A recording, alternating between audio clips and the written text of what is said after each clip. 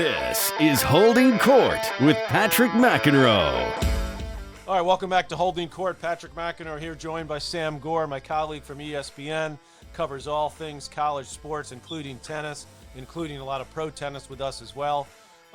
Give me the bigger picture, Sam. You mentioned this a couple of times, where college tennis is becoming, re-becoming, because when I went to college at Stanford, I mean, you had this was our top four guys: Dan Goldie, Jim Grab, Derek Restagno, me, all players that eventually, I think all of us became at least top 30 players. Maybe a couple of those guys a little higher. Even Restagno, I think, made top 20. And that was pretty consistent. UCLA, the same, USC. It's now shifted. The power shift has gone to outside of California. I mean, USC, UCLA, Stanford have not been significant factors on the men's side recently. Of course, USC had that great run when they had Stevie Johnson and the rest of them. So it shifted sort of the Midwest to the South, Virginia in there as well. But it's really, and I guess let me first ask you, why do you think that shift has happened? Well, first of all, I think it comes down to facilities.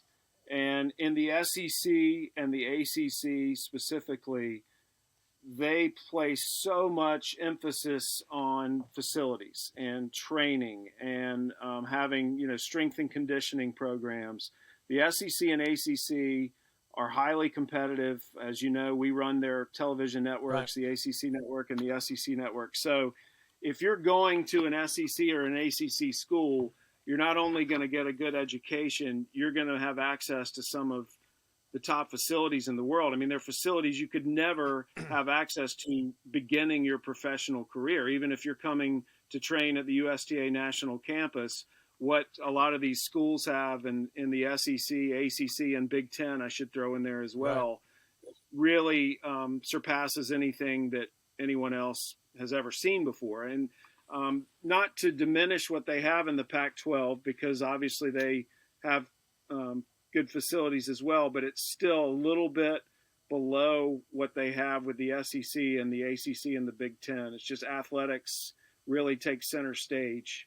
And now with the restrictions being lifted on playing professionally a little bit and some of the prize money you can take and expense, the ATP's just come out with a program at the start of the year where every college player that is ranked in the top 20 or makes the quarterfinals of the individual championships this week will get up to 8 wild cards in challengers. That's a lot this summer. So now you have a pathway legitimized from college to the pros. There's an actual pathway to do it.